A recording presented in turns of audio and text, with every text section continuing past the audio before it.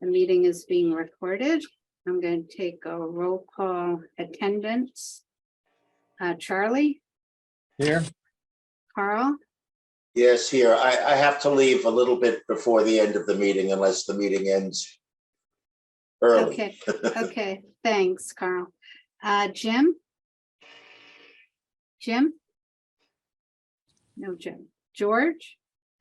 Here. Tom Burkle? Present. Deb? Here. Peter? Here. Steve? Here. Don? Here. Kim? No, Kim? John? Here. Susan? Here. Tara? Here. Nancy? No, Nancy? Bonnie? Here. Nadine? Here. Colin? Here. Patrick? Patrick? Here. Great. Michael? No, Michael? Bill? Bill should be on in a moment. I'm trying to help him with a link. Okay, Marie? Here. Andy? No, Andy. Sarah? Here. Okay, and I'm here. So.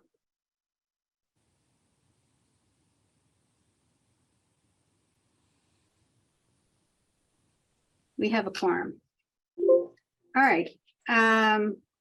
So first item on the agenda is approval of the minutes. We have the April 11 minutes. We didn't get the May minutes done yet, so we'll have to approve those at the next meeting. All right, so I'll take a motion to approve the April 11 minutes. So moved. Who is that? Bonnie. Bonnie, And thank someone you. else. Second, Oh, and Deb. Deb seconded. Okay. Any comments on the minutes, suggestions, corrections? Yep, I have two and then a question. Okay, On page 3, yep. the 1, 2, 3, fourth bullet point, Mm-hmm. at the end, there's an extra A. The fourth bullet point. The two middle schools are not currently the same grade span, and any student that is a current A. Oh, is currently, get rid of that Right, first A. get rid of Okay, the got first it. A. Yep. And in the last paragraph, the first line, Ms. Prashkar asked that the stay put cutoff date should What- be what the June stay- 24th. Yeah. Would be reasonable. Okay, got it. Yeah, and there's a dot after B. And then I had a question just on page, where is it? I know I circled it. Page 8, Okay. the first paragraph. Mm-hmm. So go down about halfway. And it says, then Mr. Everwine proposed 90-10, and 10% was based on the additional cost of building the new school building. Mr. Colburn stated that after the 6% is taken off and the incentive is adjusted, that will bring it from 10% to 16%. That's not right. If you're taking 6% off, it wouldn't be 16%. Or am I reading this wrong? No, it wasn't what I said. I don't recall what I said, though. But if you take Okay. 6% I off, it would think- be 4%. Yeah, Not no, I 16. think what Don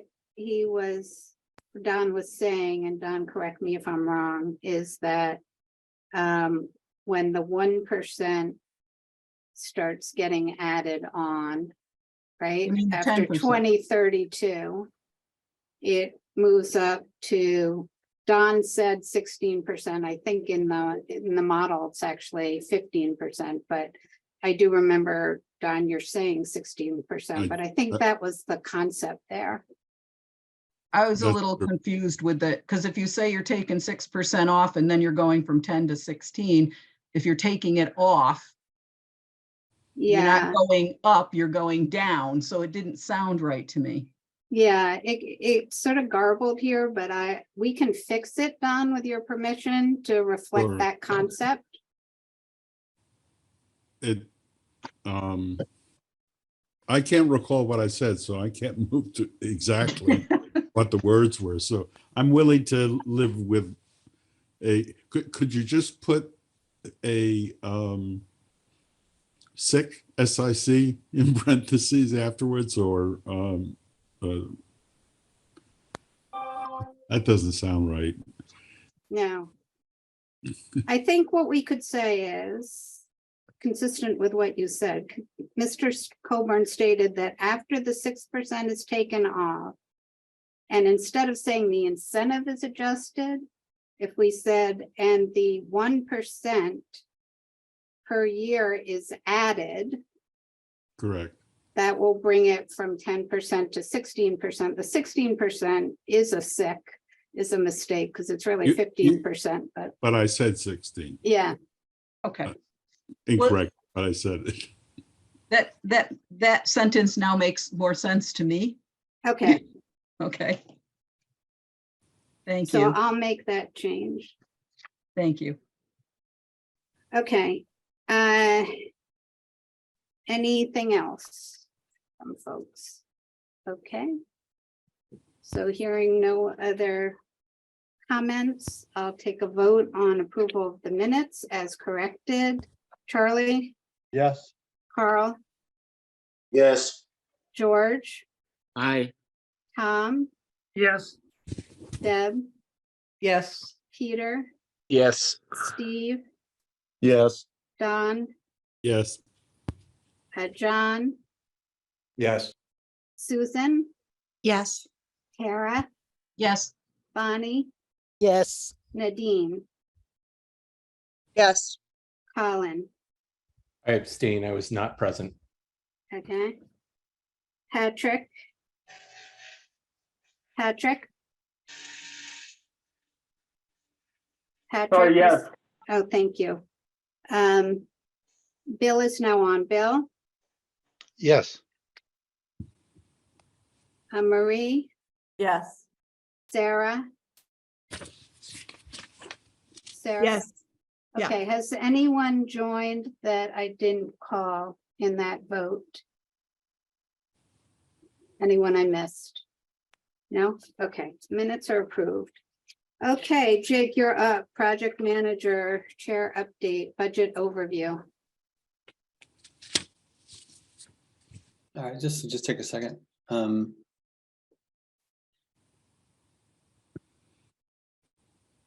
Oh, I'm sorry. Before we do that, I'm sorry. Take that down. Public comments. Let's see. It's down, right? Yep, It is down. Thank you. I don't see any public comments, any hands up. Okay. Sorry, Jake. You can put it back up now. Okay. We have a couple of decisions to make tonight. Well, I guess we do, right? I'll leave it to you, Lucy, how you want to proceed with actual votes, but I thought it would be wise to just give everyone a quick budget update where we are. It's not overly complicated. I'm going to keep it fairly high level. This is our financial situation in terms of what we have for current and potential revenue sources. And you've all seen this before, but it has been a while since you've seen the numbers. And because we're going to be shifting some money around, hopefully, we want to make sure you understood where the money was coming from. So you have your biggest grant is a community compact grant, $125,000 we have in effect through the next fiscal year. So this fiscal year and the next to spend it, we'll spend it before then. We have a $50,000 Ed Visioning grant, which we received through the Bar Foundation. It was sponsored by Burke 12. That will be spent and closed by the end of this month. We have $7,000 in town funds. We currently, as you know, we've had an ongoing partnership with Burke 12. They've been contributing funds towards this project in a variety of ways, hiring consultants, paying for some of my time. And right now, Burke 12 is in the process of building its FY24 budget. We have an executive board meeting tomorrow night, so I'm hoping we'll know a little bit more. But right now, we're not sitting on a lot of cash because the same revenue streams that we've been accessing, like community compact and regionalization money, is not currently available. We hope it will be. And I just want to mention that we did actually get in the state budget and ask for the regional school district planning board funding through Senator Paul Mark. I will show you what that looks like. It's good news and bad news. The good news is it got in as an amendment prior to the close of the Senate session. The bad news is it got rejected.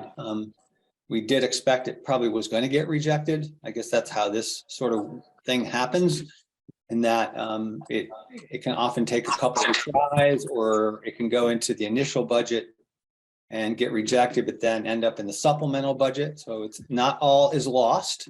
I just want to be clear. And that the fact that we got language in front of the legislature this year, I think is a really was a big win for us.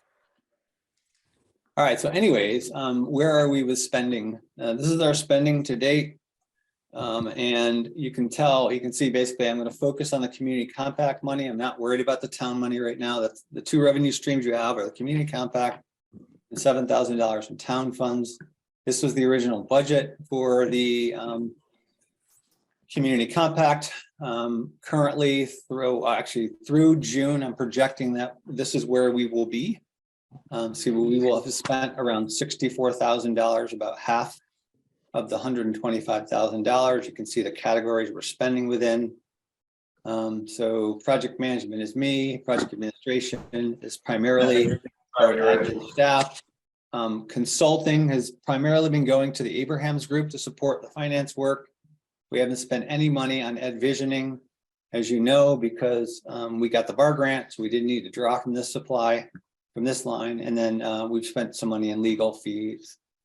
So I projected out 4 months, which would go beyond this fiscal year at existing patterns. The reason I'm projecting out 4 months is because I hope that within 4 months, if the board were to affirmatively vote to move this project forward to the towns, that would be around the time frame within which this would be brought to a town vote. And so these are the categories: ongoing project management, ongoing project admin. We do have to approve another $10,000 actually immediately to keep the Abrahams Group involved in the financial work that we're doing. We are bringing forward tonight a community outreach proposal for some educational outreach and work that I think Lucy will, or the subcommittee will provide a summary of.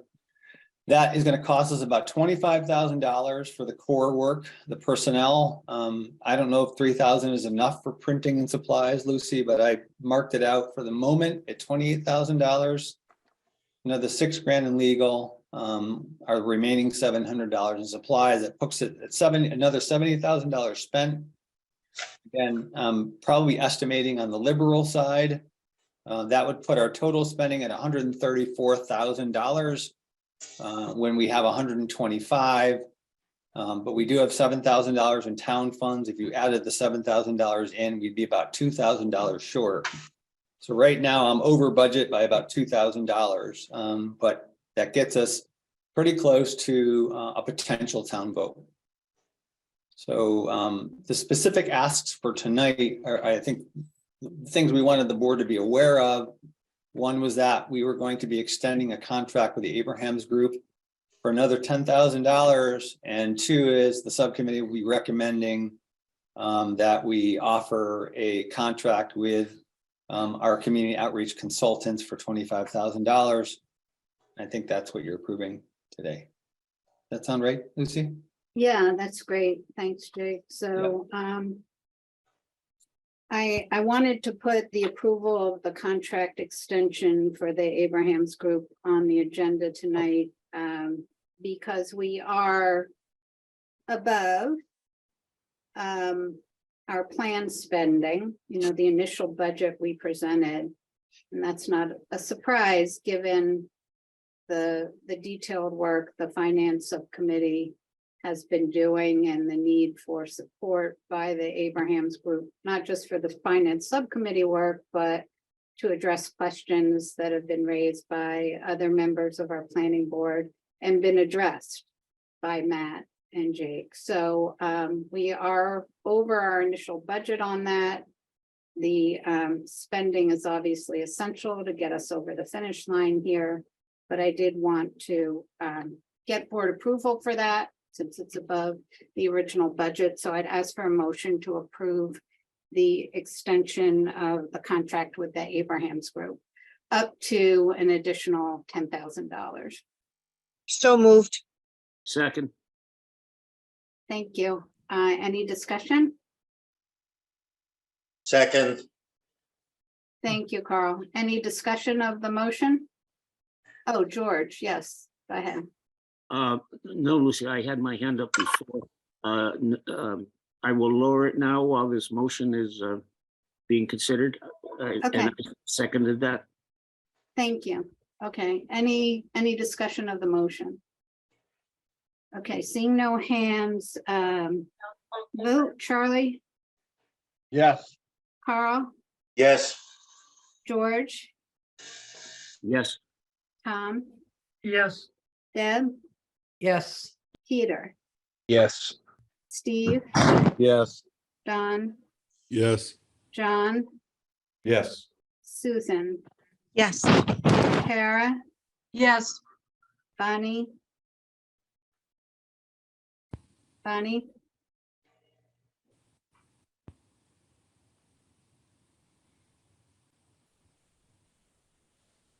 Yes. thank you. Nadine, 9 to 11:30. Yes. Colin, Yes.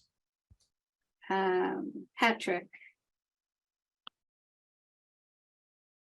Patrick, Yes. Yes. thank you. Bill, Yes. Marie, Yes. Sarah, Yes. have I missed anyone? Okay. Motion carries. Marie, you have your hand up? Yeah, I just want to ask if everyone can please stay on mute until they speak, because it's really hard to hear when their background noises are causing issues. Thank you. Thank you. Okay, second vote we need tonight is that the Community Outreach Subcommittee has recommended that we spend the money that we allocated for community education support. And Jake, that was, what was the original allocation? 20,000? $20,000 we allocated. We had another, I think, $2,000 in like a activity supplies line. But we did spend some of that on some graphic design earlier in the year. Right. We did put out a request for quotes for this work, and we got 2 proposals in, both submitted by, well, can you describe the teams, Jake? I'm sorry, we didn't circulate those proposals, but Stacy Schultz leads the team, two separate possible teams for this work. Community Outreach hasn't yet decided on the actual outlines of the proposal that we think will bring us the most bang for the buck, but both proposals came in at 25,000 without the cost of any collateral. that we may need to support the education campaign. So that's where that number 25,000 comes from. Jake, can you add a little context to that? Yeah, sure. When we put out the RFP, we had 2 replies. Both responses involve a single individual who would be running point as a project manager, but the team and the approach would be slightly different based on the proposal that we chose to select. So the primary in both proposals, her name is Stacy Schultz. I've been trying to get Stacy on. I don't know why I can't get her on, but anyways, I worked with Stacy for well over a year. She lives in the South County region. Her kids go to the schools, and she's been following this project all along. She's been working with us on some of the Brook 12 efforts. So the 2 proposals, they basically differ in real simple terms. With one proposal, her partner, her support person would be Christina Hunt-Wood, who's got a specialty in marketing, but marketing approach, which is more sort of ground floor, grassroots level outreach and sort of, I guess for lack of a better term, political information raising at the neighborhood level. The second proposal has 2 Westfield professors attached to it as part of her team. And they would focus more on development of materials, whether that's marketing materials, social media and radio spots, videos, that sort of thing, more product.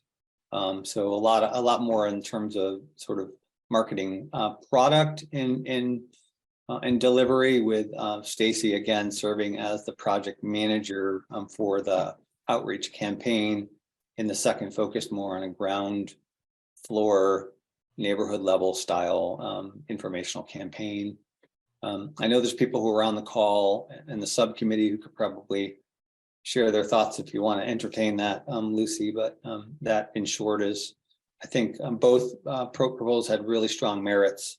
And I think the subcommittee is still deliberating on which one makes the most sense, but we would like to allocate the money so that we can get these folks up and running if and when the board decides to affirmatively vote this forward to the towns.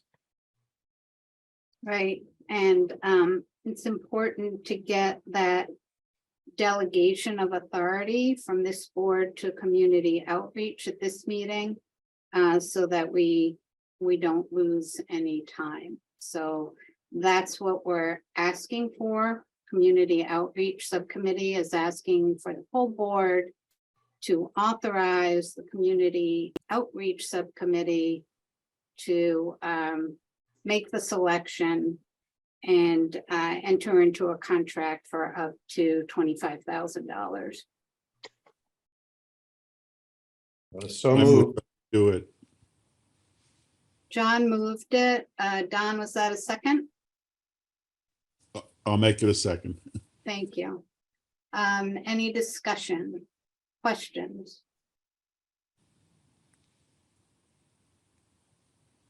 Okay, don't see any hands up, so I'll take a roll call vote. Charlie, Yes. Carl, Yes, George, Madam Chairman, before I vote, I will lower my hand again, but when there was another motion on the floor, I lowered my hand, indicating that I did want to say something, and then I'm not getting recognized. But it doesn't make any difference. I don't want to interfere with the flow of your meeting, but I would like at some point to be recognized. And I'd like to go back to one of the slides that Jake showed, but I will vote yes on this motion. okay, George, I apologize. I just didn't see the hand. I've got a lot of glare coming in I on my understand you computer got a lot screen, of- so, You got a lot of potential hands too, but yeah, we got a but motion. if I miss someone and just call out. I'm sorry. I didn't mean to skip over you. Tom, Yes. Deb, Yes. Peter, Yes. Steve, Yes. Don, Yes, John, Yes. Susan, Yes. Tara, Yes. Bonnie, Yes. Nadine, Yes. Colin, Yes. Patrick, Yes. Bill, Yes. Marie, Yes. Sarah. Yes. Okay, did I miss anyone? No. Okay, great, thank you. Jake, do you want to add anything more about state advocacy and funding prospects, or have you covered that? No, I guess the only other thing I'll offer is that it's been really, I think, useful to engage with the delegation on securing funds to support the possibility of the need to support a transition period. If the board were to approve this affirmatively, and it were affirmatively approved at the 8 towns, we all know there's going to be costs associated with transition. And it's been helpful, I think, to communicate with the delegation and also with the commissioner about that need. And so I'll leave it at that. People have been very receptive that we've talked to. They understand. And hopefully, if and when there is an affirmative vote, we can access funds to support the work forward. Okay, George? Thank you, Lucy. This is actually an ideal time, I think, to bring up my prior question. Jake, the slide that showed the $250,000. May I see that slide again, please? Sure. Sorry, I'm like trying to get up on this.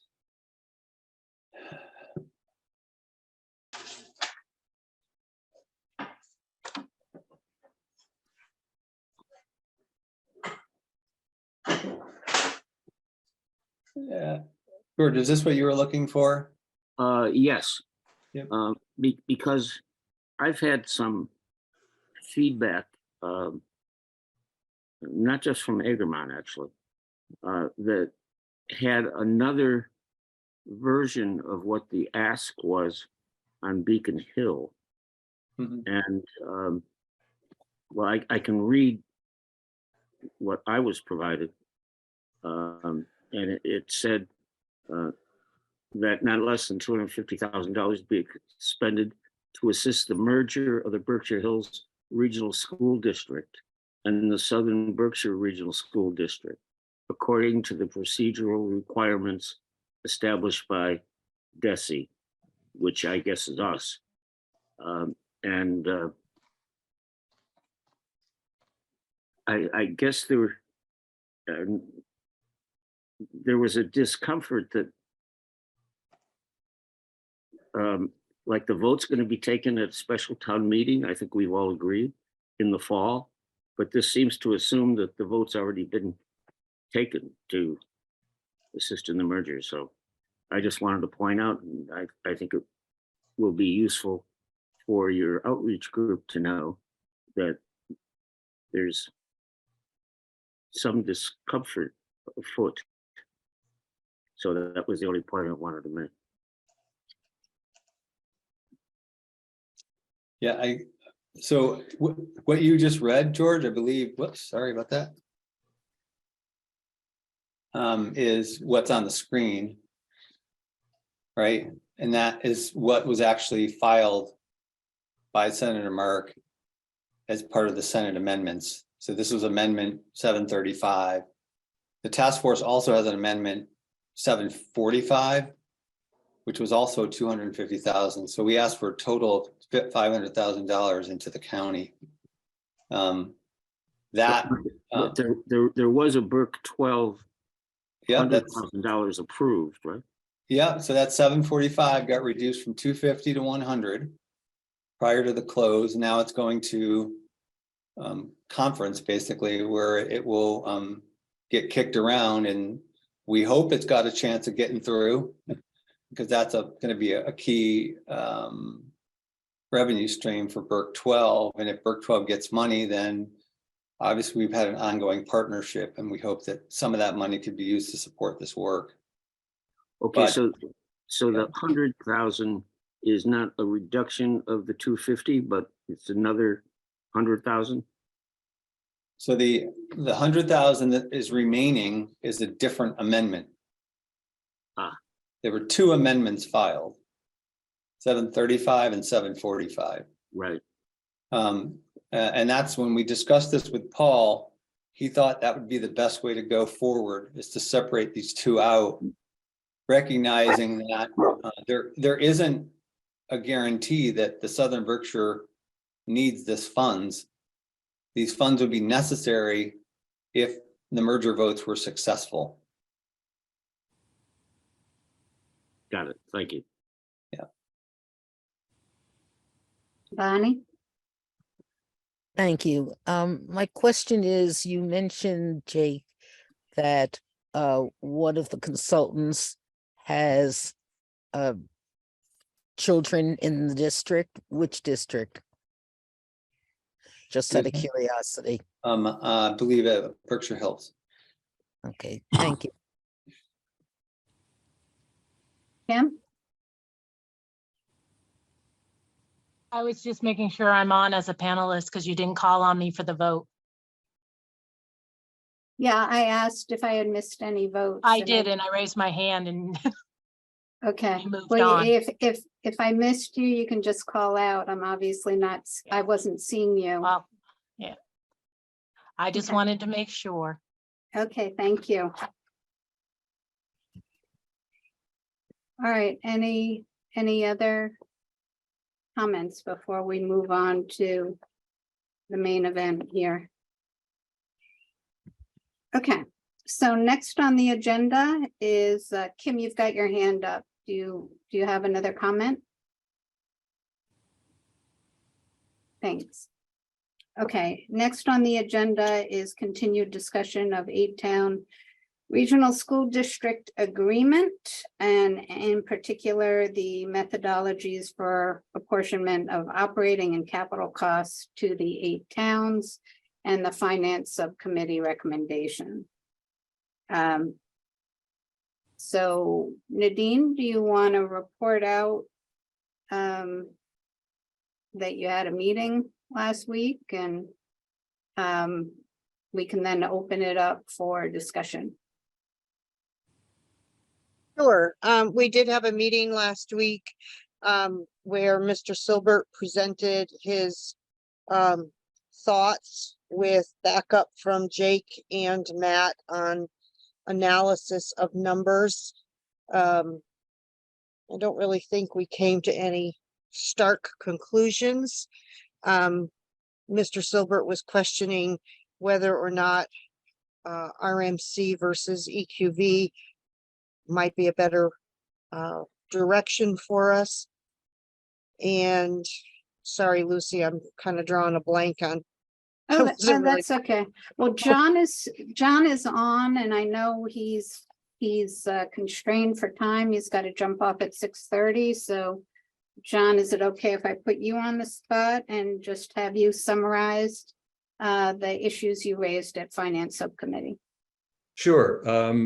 I'm not going to go over the entire presentation, but basically the information that I brought forth was about the revenue capacities, the different revenue capacities of the 8 towns, and the the variable ways the 8 towns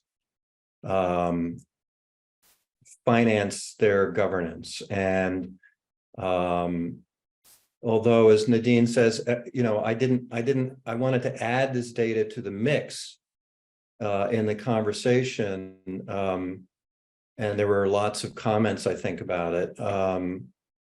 I think the relevant thing is that it's a different way of looking at ability to pay, and it sort of applied to both RMC or EQV, so it wasn't necessarily a vote for RMC over EQV.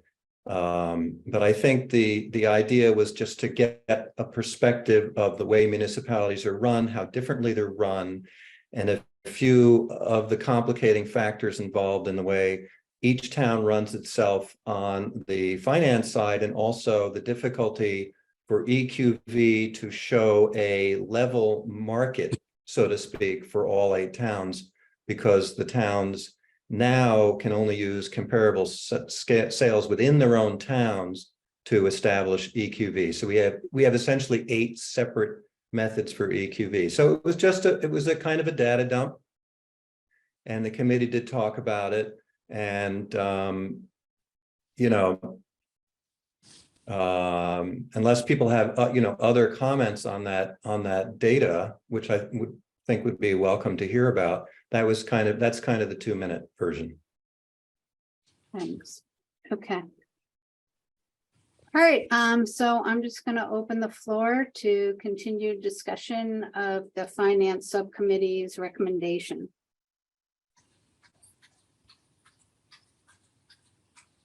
Don. Thank you, Lucy.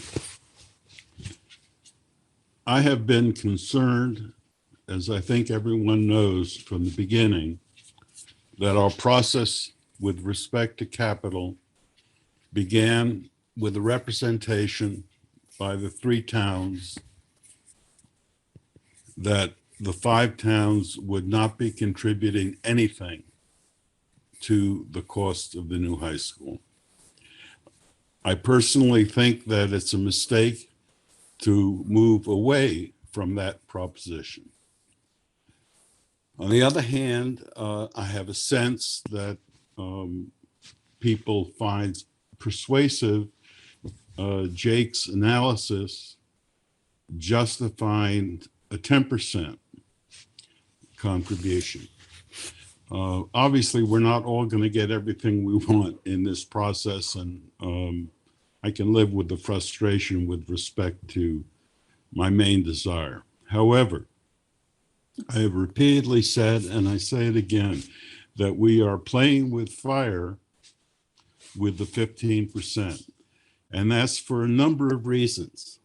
The 10% had a rationale, namely that by joining all the towns together, there would be an increase of approximately $10 million in the cost of the school. By joining the process, the 5 towns, which are a majority on this board, bring with them the $5 million from the state.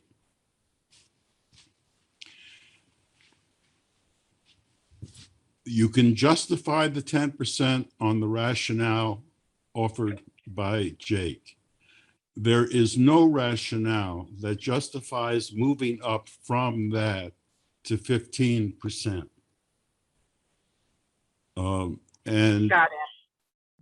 And I think it's a grave error to do that. So I would like to make a motion to, and perhaps have a discussion of it, which has not really happened yet. I'd like to make a motion to keep it at the 10%. I'll second.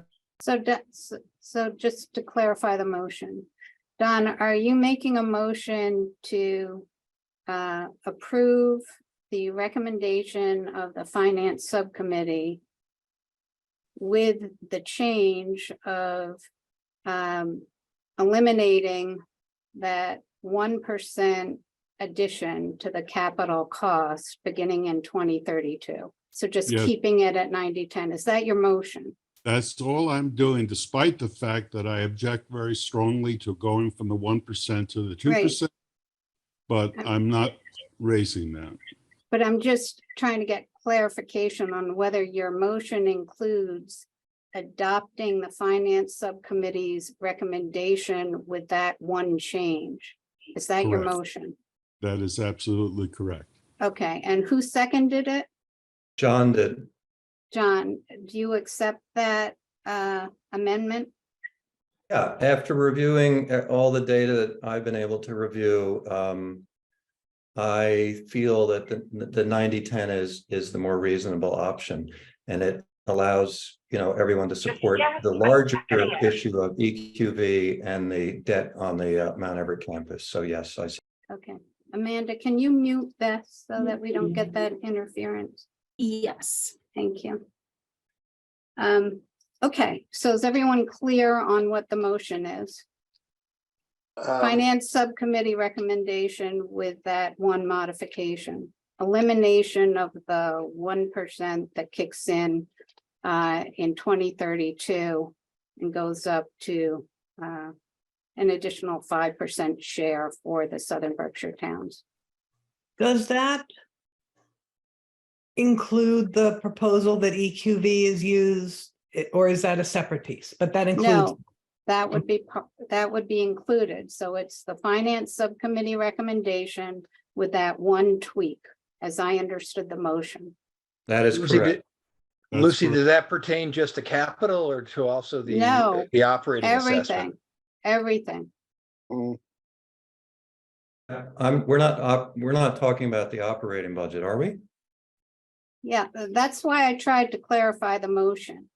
The Finance Subcommittee recommendation was an integrated recommendation that included both capital and operating. And so Right. that's what I was trying to get clarification on the motion.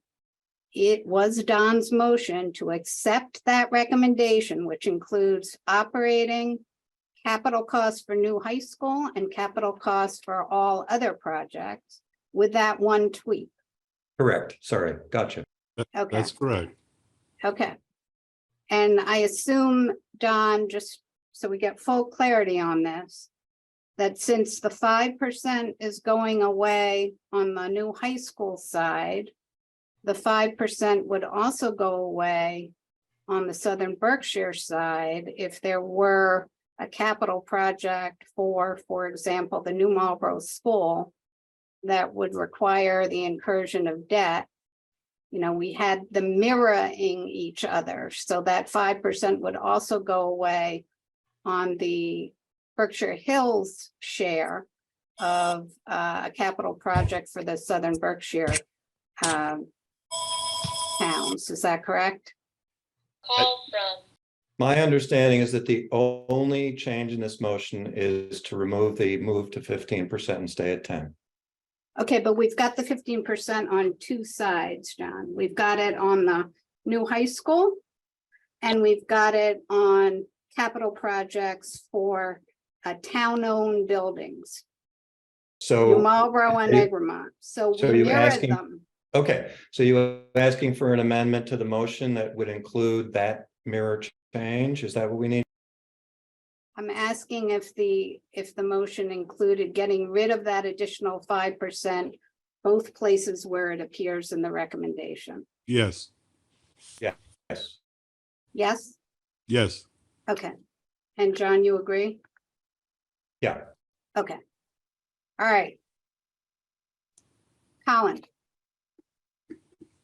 I just want to make sure I'm clear on the history of the 10%, and I guess the 15%, because that's what we're talking about. The 10% was easier to explain and talk to someone about because the Southern Berkshire towns are only going to have 10% of the student population in the high school. Is that correct? no, they have much more than 10% of the Okay, population. so then where did the 10% come from? Was that just where we arrived at? No, that's based, that's It's the Jake's difference between analysis. the 90 million and the 100. Okay, hold on, folks. We need to not talk over each other. So Don, you want to respond? Yes, the 10% to which I initially was flabbergasted is in Jake's report, his initial main report, and therefore it has been seen by everybody who has been studying our work. It is based on his analysis and his group's analysis that by having the Southern Berkshire towns join this merger, there would be a 10% increase in the cost of the building. If we go from Okay. go from All 90 right, million to 10 million. Okay, all right. And then And I also- recall, oh, Okay. go ahead. No, I'm Colin, sorry. why don't you go ahead? And then I recall that the 5% was something that we came up with that after the Southern Berkshire towns had extinguished their debt on the roof and boiler, that we would be able to afford the additional amount, I think is what the thought process was on that, why that was added in, right? That was the history. Okay, all right. Yes, that's Just want to correct. make sure I understood. Thank you. Yep. Okay, I'd really love to hear from some Berkshire Hills representatives because this affects those three towns. Steve? Yeah, I'm a little confused. I understood Don was going to suggest this as a kind of a compromise between 0 and 15%. But I didn't realize it was going to include the operating budget also. And that's a showstopper for me. And I'm not saying I would support this, but if it includes the operating budget, capital in the operating budget. No, maybe I confused no. you, Steve. Yes, you Maybe did. That's why I'm sorry. Let me back up. Yeah, thanks. So Please do.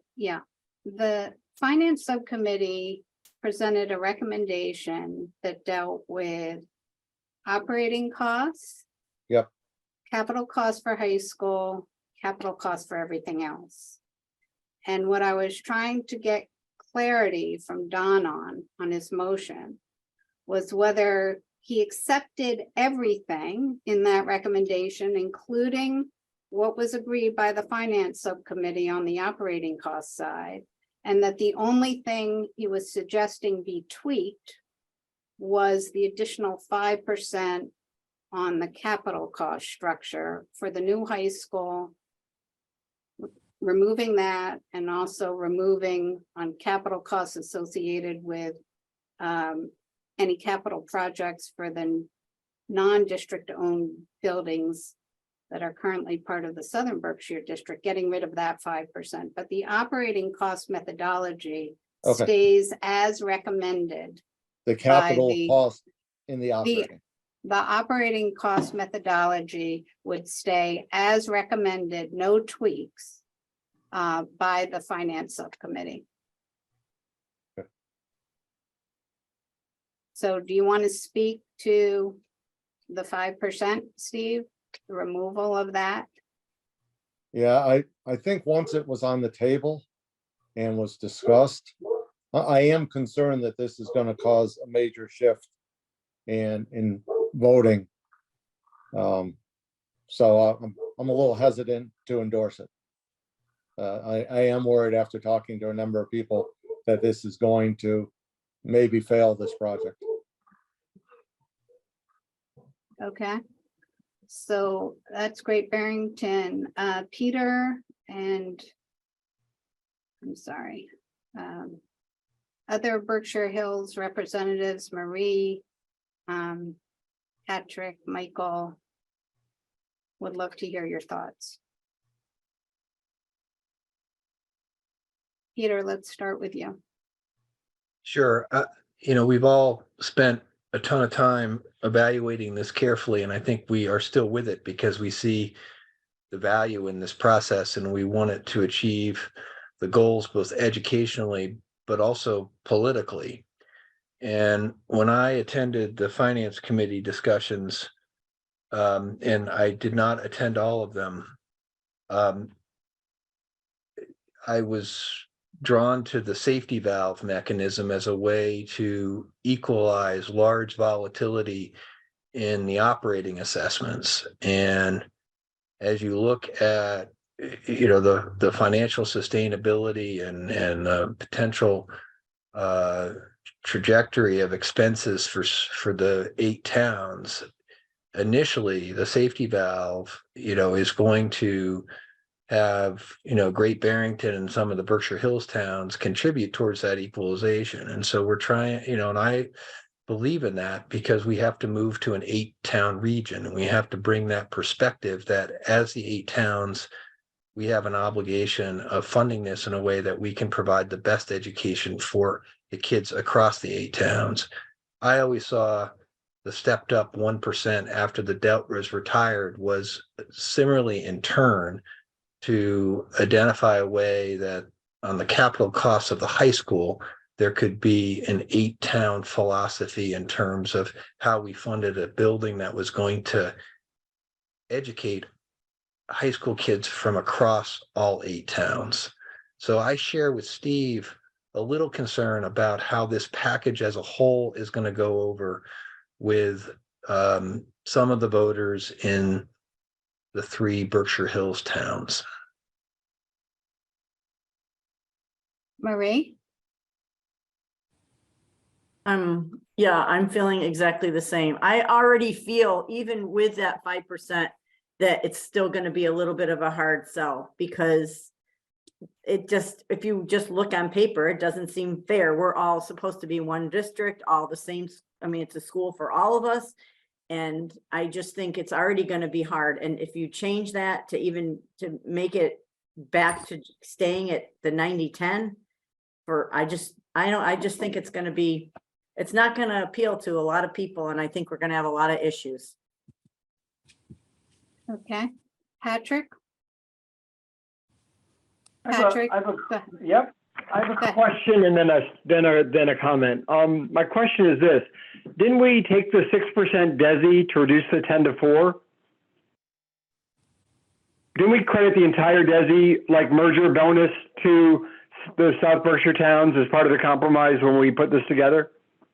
Yeah, Jake, could you put up that slide that shows how that works? It was in your April 11 presentation. Yeah, it's coming. Okay.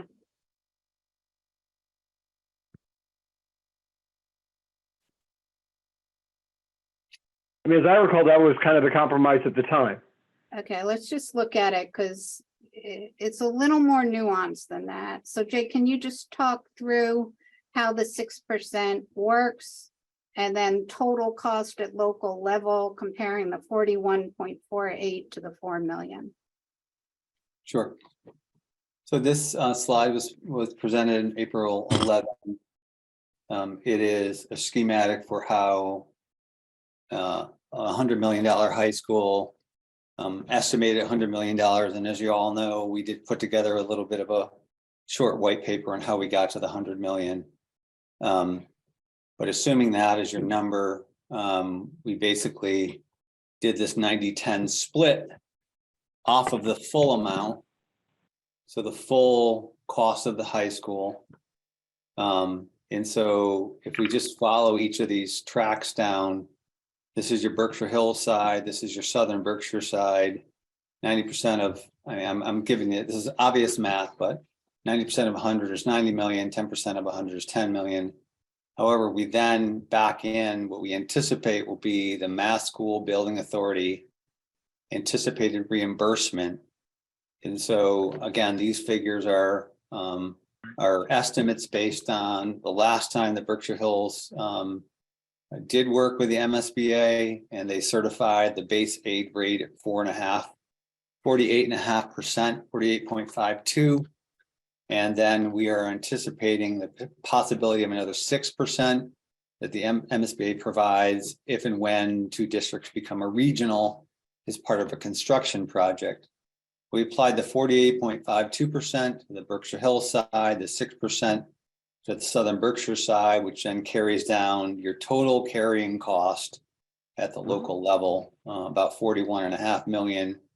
The Berkshire Hills, 4 million. To Southern Berkshire, Matt then ran that through a 25-year, 3.5% annual debt service, 2.5 million a year for Berkshire Hills towns, 236,000 for the Southern Berkshire towns. We then did a shift beginning in 2033 that shifted from the 90%, the 85%, from the 10% to the 15%, which changes your annual debt service by 2038.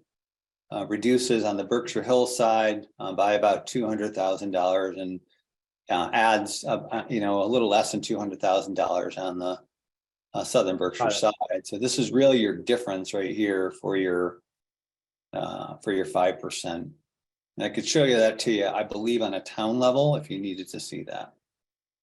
So just to amplify that a little bit, if you look at that blue row, right, total cost at local level.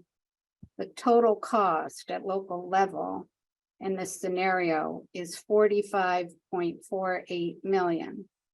So 4%, 4 million is a little less, actually, but close to 10% of the Right, okay, I total understand now. local cost. It's actually 9.64% if I did the Mm-hmm. arithmetic correctly just now. So my comment is this, look, I think that everyone makes a good observation on the question of whether the resentment toward the building, and the commitment to not pay for the building with the South Berkshire towns, although I will point out that our select board never made that commitment, and I'm not sure who made it, but it's not something we did. But nevertheless, the commitment was heard by the South Berkshire towns. One thing that was part of the negotiation on the finance committee was the amount of the safety valve. And I would strongly consider supporting eliminating all payments on capital for the new high school for South Berkshire in exchange for a 3% safety valve rather than 2%. That would basically sort of even it out a little bit. And the 2% was absolutely arbitrary. It started at 1, we negotiated 2.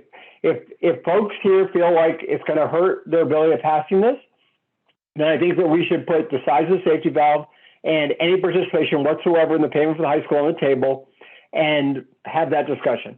But I think that those two is the key kind of variables in the equation are linked. And I just will also point out that with the base construction and the base interest of 3.5%, which I think will be higher, frankly, maybe significantly higher, both on the cost and on the interest rate.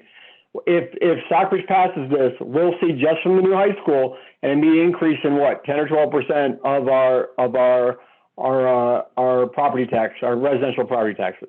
So, I think that it's a reasonable question to have, and I want this to pass, but I don't think the South Berkshire towns have endless, goodwill toward the project where folks are going to support something where if it jumps significantly from there. Okay, thanks, Patrick. Charlie?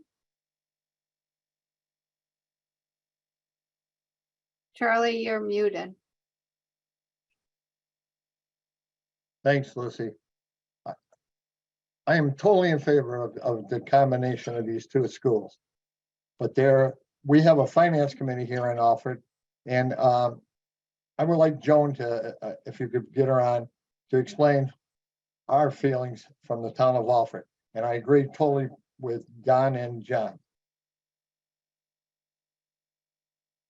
Okay, well, our protocol has been public comments at the beginning and public comments at the end. And I know there are folks on this call who believe strongly that we should be following that protocol during the deliberations. So happy to take your comments, Charlie.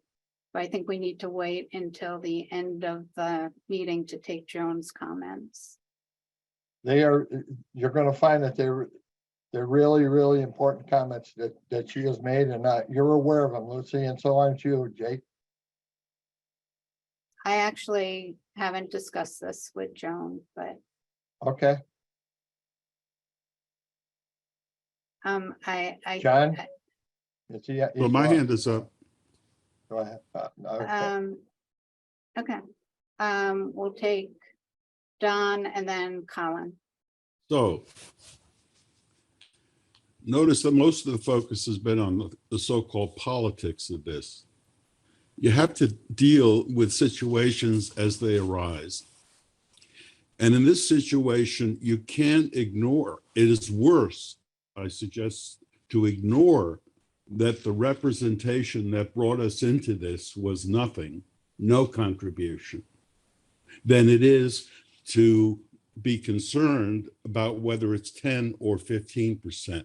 The three towns are not going to make their decision based on that number of dollars. We're not talking about a lot of dollars here, and we all know that, but it is a matter of principle. And the problem with the 15% is that it is unprincipled. The 10% has a principle. by joining in, that increases the cost of the school by approximately 10%. So it's rational. Going to 15% just because we happen to have some debt that we will then have paid off has nothing to do with this project.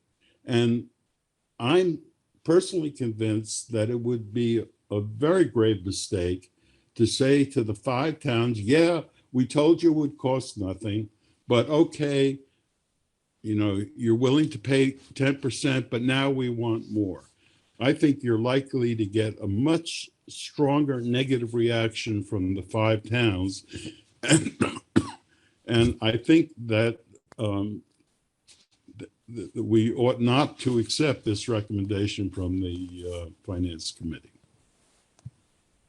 Okay, I'm gonna go to the folks who have their hands up, but I just want to be careful about overstating the representation, since the representation was made by Steve Bannon as chair of the school committee.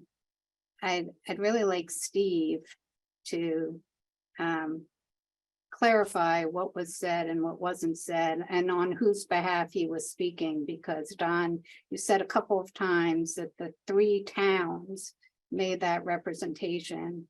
And my understanding, I wasn't there, I wasn't at the table, but my understanding was that Steve was speaking as chair of the school committee and not on behalf of the select boards and finance committees of those 3 towns. But Steve, can you just clarify that? Yeah, I'd be glad to. I was speaking on behalf of my school committee. And I think Patrick made an excellent point. What I said was, we did not come into these negotiations to reduce the cost for Berkshire Hills on a building project. And it's not why we came into it. And I understand Don's point. But we also didn't anticipate a safety valve, as Patrick pointed out, that probably was done through negotiations, and I don't object to it. But if we want to go with no cost, then I agree with Patrick, we should change the safety valve or a cost of 10%. I think that was our original intent, was we did not go into the merger to help pay for the building. We went into the merger because we know it's the right thing for the students of Southern Berkshire. Colin, then George, then Peter Dillon, then Nadine. Yeah, I just wanted to, I'm having a hard time with, you know, I'm listening carefully to everybody and everybody's making a great point. So when it comes time to vote, I'm having a hard time with this. But there's 2 things that I'm struggling with. Number one, the comment that was this representation that was made. I want to clarify, that was not made to this group, correct? This was a previous conversations. I mean, this whole idea of putting the 2 districts together has been going on for a long time. So my perception is that happened prior to this group. Is that correct? That's correct. Okay. So for me, which I wasn't part of any of the other conversations, you know, anything is on the table or off the table. I'm not stuck on that. So, and I appreciate, Don, that you were involved in those conversations before, but, you know, this is a new group and I'm, you know, open to anything. So that's item number 1. Item number 2 is something that someone else said, and that is, we're not talking about a lot of dollars here. And I think perhaps from Sheffield's point of view, we also look at it and go, we pay a bunch of money for the VOTEC kids. So for tuition for the VOTEC kids. So, you know, we're not going to have to do that if we're part of this school, this regional school that we're talking about.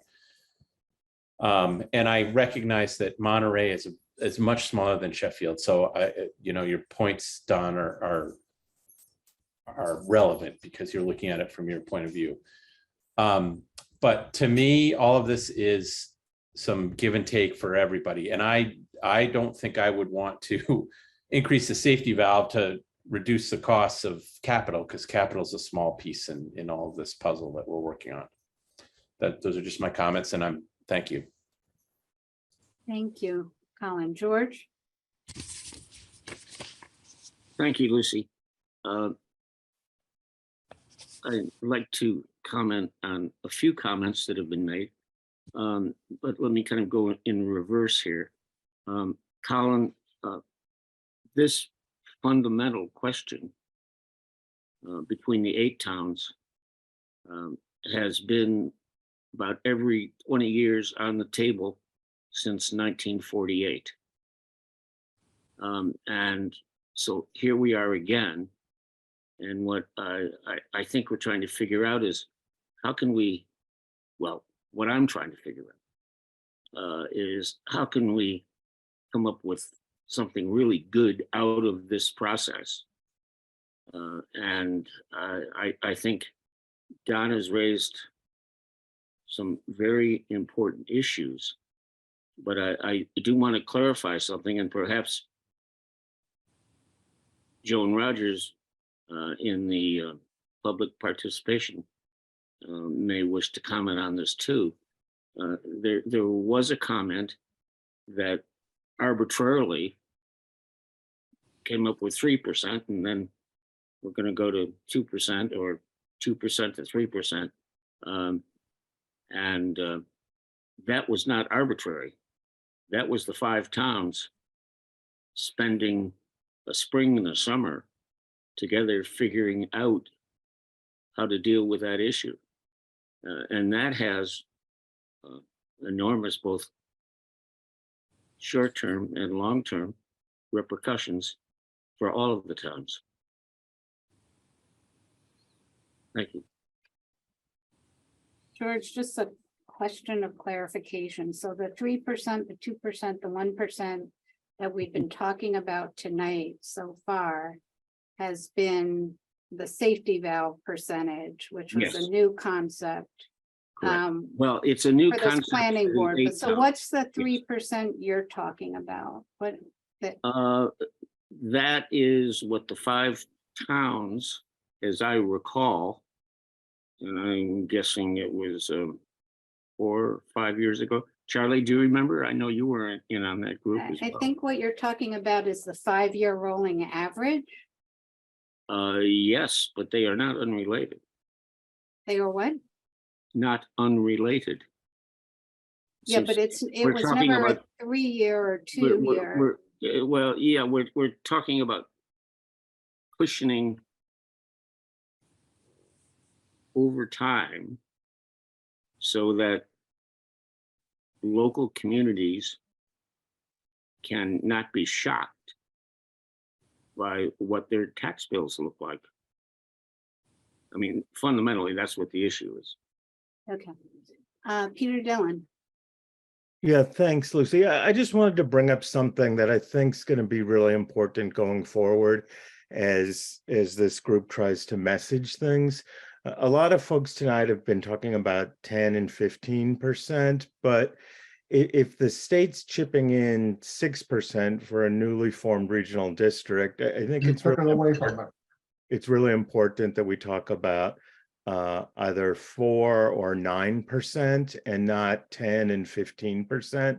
We've been involved in this conversation for 3.5 years, but most of the people voting on this won't have that much context. And the difference between voting on 4% and 10% or 9% and 15%, I think is going to be really significant. And Nadine, and then Deb. So I just wanted to say that the Steve Bannon comment was in September of 2019, before the RSDPB board was assembled. It was a conversation amongst the Berkshire Hills School Committee and the 5 Southern Berkshire towns. And Steve is absolutely accurate. He wanted us to know that they were not there asking us to help them build a new school. And as this process has continued to have this conversation, the children of the Southern Berkshire Regional School District will benefit from programs with this larger building. with programs that were not even discussed initially. So more cost for CVTE to be added to the program. Colin mentioned that we pay for VOTEC now. We do. And we pay for, Sheffield pays for VOTEC from anywhere from 1 to 7 children a year. And, you know, we do this happily because the children are able to get the programs that they desire. They have to leave the state to get those programs at this time. So I feel strongly that the proposal that the finance subcommittee brought to this board was the very best we could possibly bring. I am losing absolutely no sleep over the 10% moving to 15 because it's not 10%, as Mr. Dillon points out. It's 4% with the state kicking in 6 million of the 10 million we're being asked for initially. For me, on a personal level, I'm willing to pay a little bit more for the kids to get more. And I truly believe the kids will get more with this merger. And I really would hate to see this whole thing fall apart because we're nitpicking over a couple $100,000, and that's kind of what it comes down to. Those are my thoughts. Thank you, Nadine. Deb? I've been listening, and like Colin, I've been going back and forth, but I really at this point feeling that what the finance committee put forth with the, whether it's 4 and 9 or 10 and 15, I think is the way that we need to go. One of the things that always strikes me is that by 2032, we need to be considering ourselves one district. By 2032, I don't want us still talking about the 3 towns of Berkshire Hills versus the 5 towns of Southern Berkshire. And I think that the incremental changes that will happen after 2032 make sense in becoming one more unified district. And when we look at whether it's the capital expenses for the high school or the capital expenses for the Southern Berkshire, the New Marlborough School, if it needs it, at some point, the new high school is going to need something. It may be 20 years down the pike, it may be 2052, but to have something that feels more equitable among the towns, and it's, it may feel like we're putting added expense into someone else's lap because a lot of us are not going to be sitting on these committees in 2032, I hope.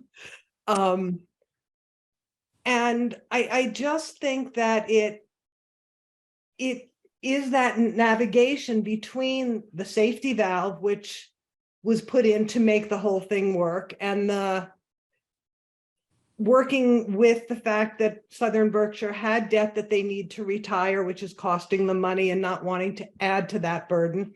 I think it represents balance. I think it represents representatives from 8 towns coming together and saying, how do we make this work for all 8 towns? Because nobody is doing anybody else a favor by agreeing to join this district.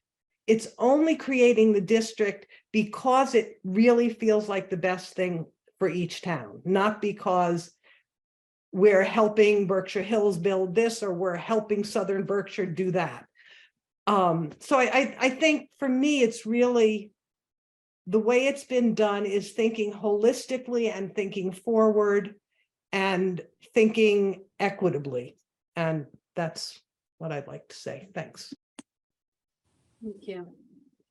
I'd really like to hear from some folks we haven't heard from, particularly from Berkshire Hills representatives.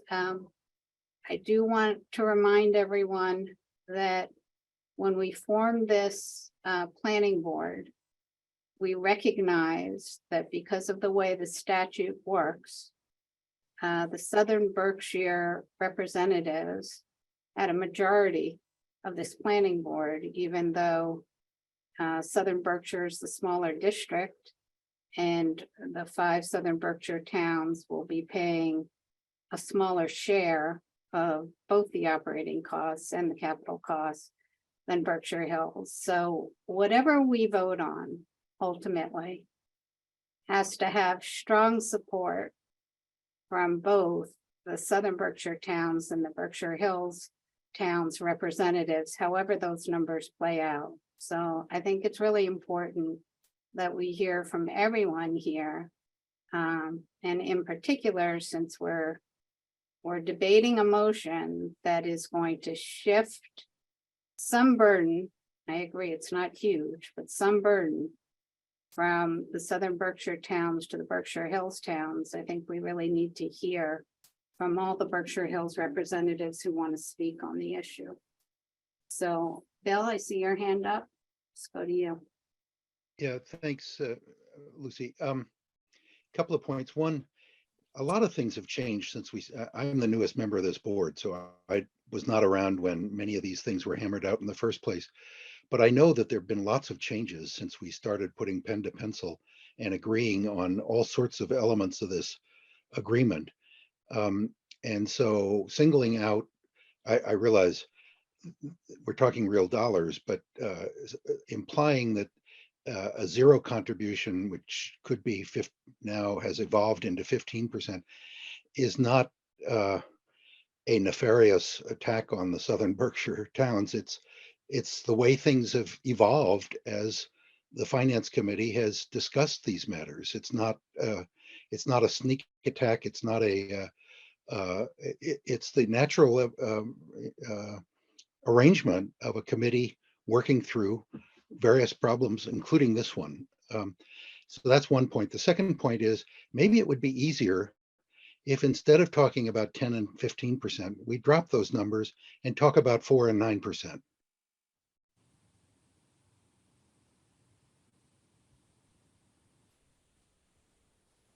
And what do the 4 and 9% represent? Because I don't really understand that arithmetic. If we put that slide back up on the screen, Jake.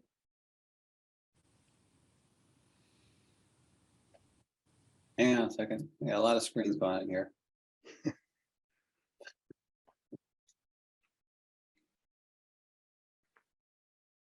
All right. So total cost at local level is $45.48 million. How do you get 4%? No, I'm not sure this is the right slide, but my understanding is we're crediting the 6% merger benefit, regional incentive, as it's called on this slide, to Southern Berkshire. That's correct, but we're also crediting 48.52% in base aid from the state, all to Right. Berkshire Hills.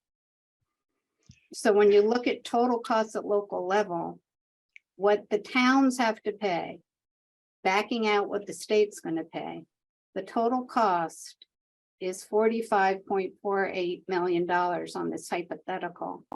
4 million of that is not 4%, it's 9.6%. I understand. And looking at those numbers, to me, it seems, given that the students coming from Southern Berkshire exceed 9 points whatever percent, Right. if we're going to look at it in that way, to me, it's a fair allocation of costs. Right, with the projected enrollment made by MSBA, the Southern Berkshire share of the population will be 22% of the total student population. So I think that's a fair statement, Bill, that 9.6% is very fair when you're looking at a student population of 22%.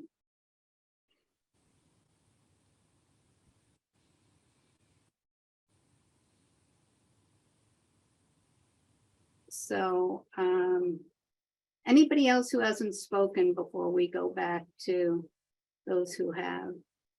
Anyone else who wants to speak on this? Okay, Charlie? I'm sorry, Sarah has her hand up. Let's go to Sarah first. Then we'll go to Charlie and then Patrick.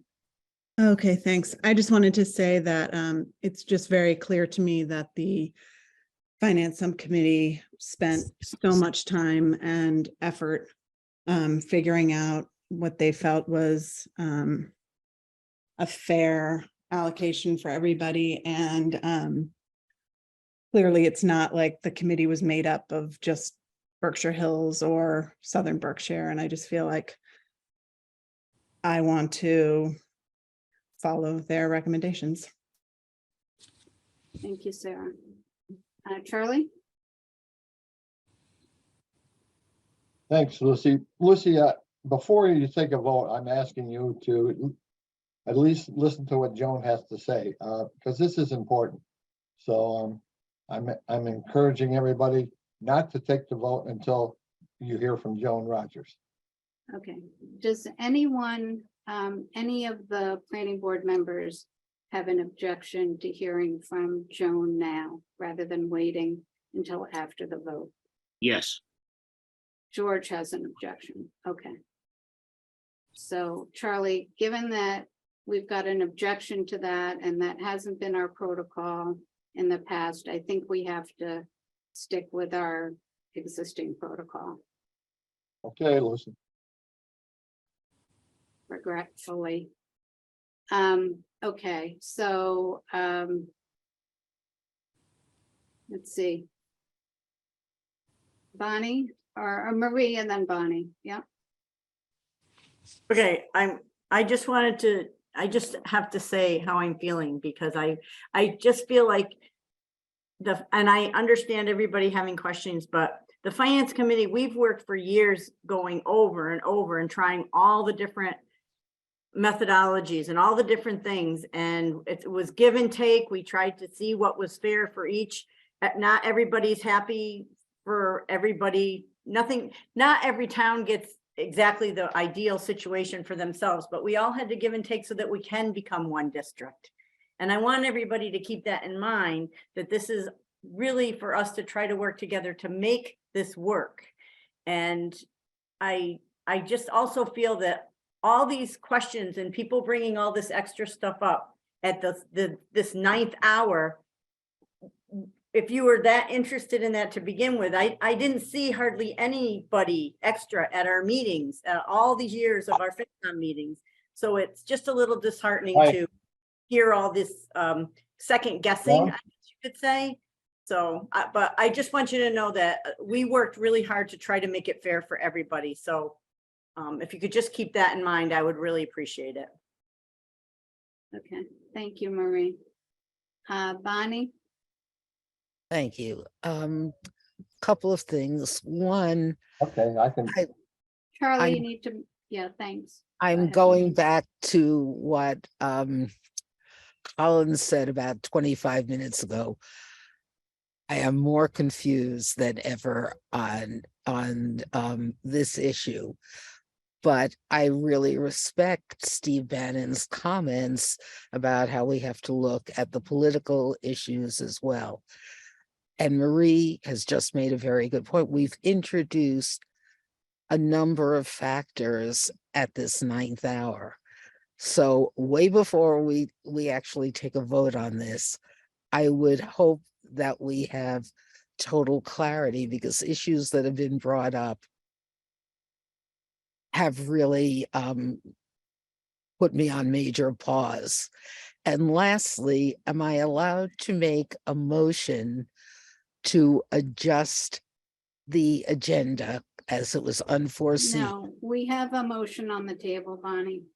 We have a motion that was Not seconded To on the allow table. Joan, to allow Joan. All right, I can't make that motion. Okay, fine.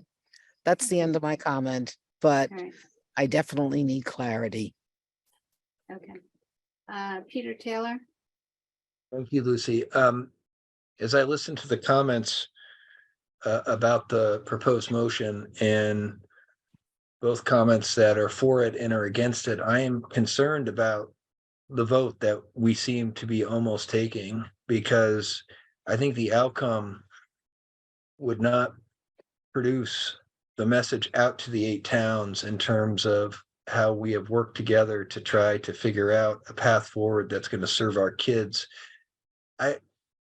I have a question to Lucy really for process, because Jake did a great job 2 meetings ago outlining the full package of the operating assessment, the capital, both for the new high school and for ongoing capital. And we have seized just on the capital costs of the high school for our points of discussion.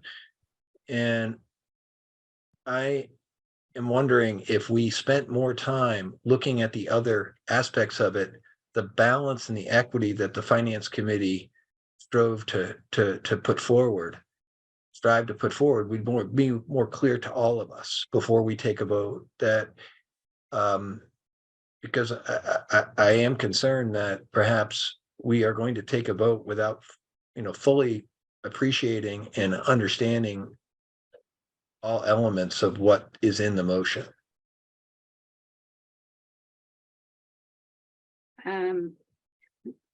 I don't really know how to respond to that. So the April 11 presentation took an hour, right? And we went through the full recommendation, including all aspects of it. We had a finance subcommittee meeting last Friday to address questions that have been raised primarily by John Silbert, having to do with tax burden, relative tax burden, that sort of thing. But there were no questions about what the recommendation was. People were clear on what the recommendation was. It has those 3 components. If people are now, some people are not clear on the finance subcommittee recommendation, they can choose not to vote, I guess, on the motion, but I think most folks on the call are clear on what the finance recommendation was. And the amendment to that recommendation, or change, I shouldn't call it an amendment, because the only motion on the table right now is to adopt the finance subcommittee recommendation with 1 change, which was described at the very beginning of this meeting. So that's the motion on the table that's been seconded. If Don wants to withdraw his motion. No. He doesn't want to withdraw the motion, so And I I'd like think, to be heard. okay, Don, but we got, No, I didn't mean to interrupt. this is the first I didn't time mean to- I've been speaking on the motion, so if you could allow me to finish, I then I'll didn't mean go. to- Yeah, didn't mean to interrupt. I'll call on the others who have their hands up. So I guess that's my response. I mean, what's on the table right now is a motion to adopt the finance subcommittee recommendation with that 1 change.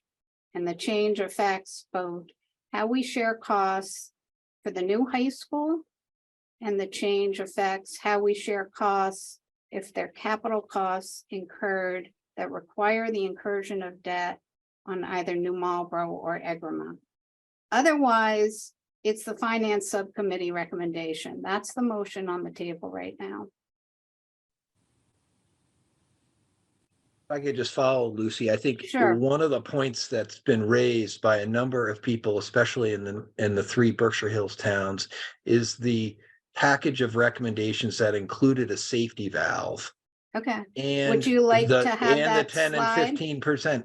I just think that we should all understand it better in terms of what are the implications for all 8 towns when we implement that safety valve, for Okay. our diligence, and also for those that might be watching in terms of how this will be reported out.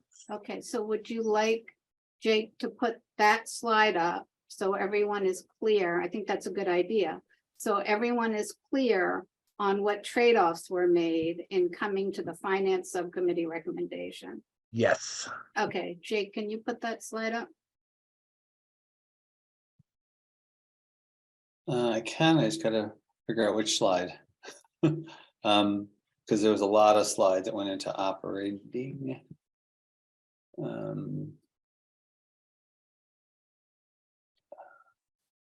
I mean, this is the methodology. Is this what you want?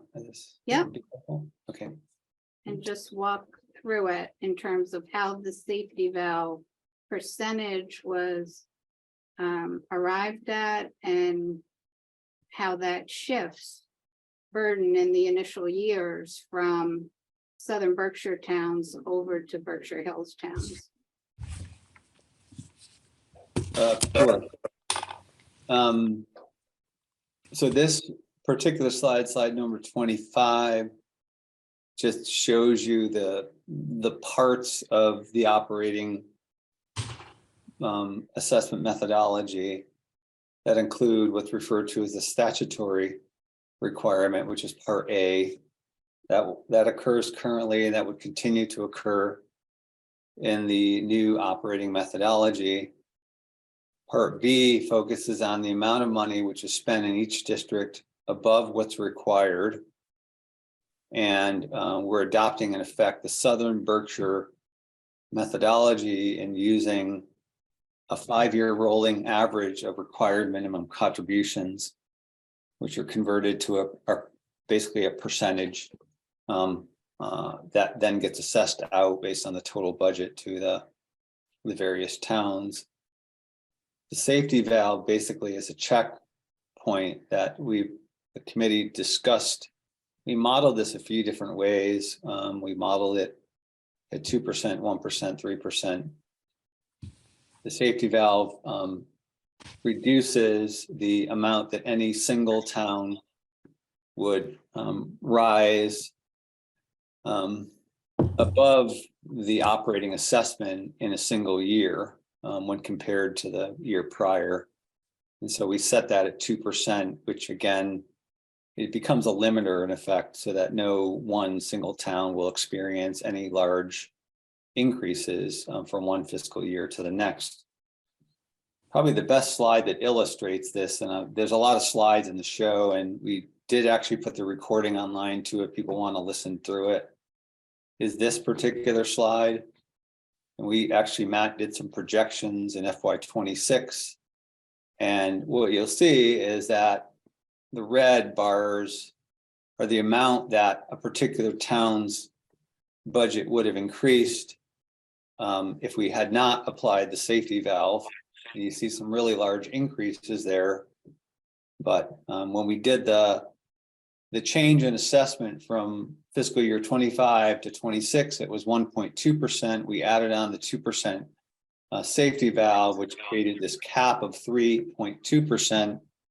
What happens then in the green is the towns that are would have had their assessments increased by really large amounts get reduced by picking up the excess which is available in the towns that had, in this case, the Berkshire Hills towns that had lowered assessments between FY25 and 26. And what occurs then is that you get a smoothing across all the towns where it's capped at 3.2%, and some will be lower than that, like Great Barrington and West Stockbridge. But what you reduce, really, what the goal is, to reduce this large spike that would have occurred in the Southern Berkshire towns, and this is amplified really in year one, but it would be ongoing, the cap, although we think it would play itself out over 8 to 10 years, where there would be really probably no need to have a cap at that point, a safety valve. Does that help, Lucy? Yeah, I I know think it's a so. lot. Peter, We have does that numbers. help? Yeah. Hey, Jake, can you just, for the sake, I mean, it's in percentage, can you give us a sense of what the real dollar value is in Yeah. terms of the 5.8 and the other, the other things? What are we talking about? Well, these are the amounts, right? So this is the total amount. So the budget grew by, I think, $1.5 million, and we had some assessments go up dramatically by 17%. The redistribution really was, trying to think of which slide. This is the adjustment which ends up being applied in the safety valve. And so you have Alfred's, for example, their pre-safety valve assessment is reduced by $11,000, whereas Great Barrington's is increased by 1.1 million. and Great Barrington and Stockbridge and West Stockbridge, at least in this year one, pick up the excess or the amount over the cap that the Southern Berkshire towns would have experienced otherwise. So what this illustrates for me is, as we are talking about the difference of going from 10 to 15% on the capital costs on the high school, which has modest levels. If you look at what this proposal is asking Great Barrington to do and Stockbridge to do on annual operating assessments, which again, I am supportive of, because we're going to have better education for all eight towns, for kids for all 8 towns, and we're going to form a regional affinity and identity that will help Southern Berkshire. My point is that there is an effort on both sides to come to a compromise on the full package. Sure. Is that good? Yes, thank you. And you know, if you want to, maybe while it's fresh in everyone's mind, Lucy, I'm sorry to jump out of turn here, but we had talked this afternoon about you know, what is a 10% versus a 50%? What are the actual numbers, right? And so I've been sort of cranking this out behind the scenes. We've all been talking. I can share it with you if you're interested. Do you think that would be helpful? Yes, no? Yes, that would be helpful. Sorry. So you all have in your mind, based on what you just saw on that last slide, kind of what the adjustment was. This is that sort of 5-year runway of where we go from 90%, 10% to 85, 15. This is not perfect, but it's probably as close as I can get in, you know, in this meeting without Matt having crank out the numbers. But FY 2033, you'd be sitting at your 90-10 proration, and then that would shift over time to FY 2038, which is 85-15. But if you just look town by town, you can get a sense of in 1 year sort of what the change is. And so for Alfred, you know, you're talking about $3,000 it goes up in that first year. And then over the course of the entire period of time, it goes up to 13,000. Now keep in mind, on that last slide, I showed you Alfred's dollars going down. What did I say, 11 or 12,000? 11 something. Yep. So just is in terms of comparisons, gives you a little bit of a sense.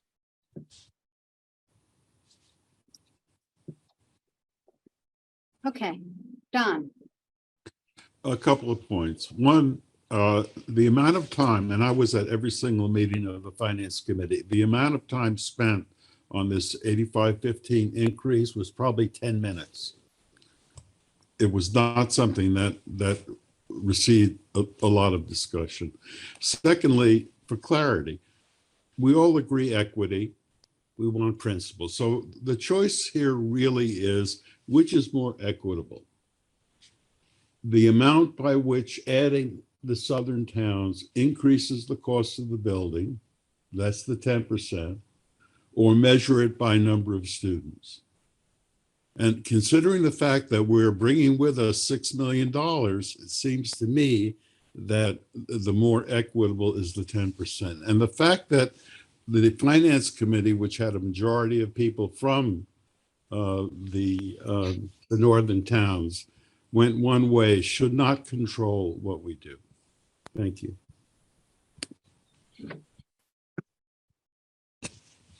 I'm not sure that's true, Don, that the finance subcommittee has a majority of the Berkshire Hills representatives. I don't think that's correct. Of the voting members, I think so. But anyway, the main issue is the question of equity. I don't think that's Which is- correct. I think it was 3-2 Southern Berkshire on the voting members. I don't Yes. think that's correct. But Yeah. in any case, the question of equity remains. The question of equity is, what do you measure it by? And it seems to me evident that the fairest is the increase in cost, which would give the 10%. Anyway, Okay. that- Thank you. So we're at 7:10. We've got two hands that are up, Patrick and Nadine. I'm going to recognize both of you. But then if we're going to take a vote on this motion, we need to do that in the next, 5 minutes. So we have time for public comments and we stay within our allotted time. Now, remember, this is a vote on Don's motion, which is close to the finance subcommittee recommendation, but it's not the finance subcommittee recommendation. So we can still at our next meeting, if Don's motion is defeated, and I don't know whether it will or will not be, we can have a fresh motion at our next meeting to adopt the finance subcommittee recommendation or some other iteration. Just want people to understand that I'm not rushing the vote on the recommendation. This is on Don's motion as seconded by John. Okay, Patrick, go. I live, I think I live in the most northern point of the two districts possible. I live across the street from Lenox. So I don't have any sense of the politics of the 5 southern Berkshire towns. What I do know is the math. Math is pretty straightforward. We're talking about $160,000. And Steve, I'd like to ask you a question, and I really then want to listen to my friends from South Berkshire. If you all think this has a material chance of impacting the vote, this 160 grand, which I don't think is a lot of money, but that's not for me to say.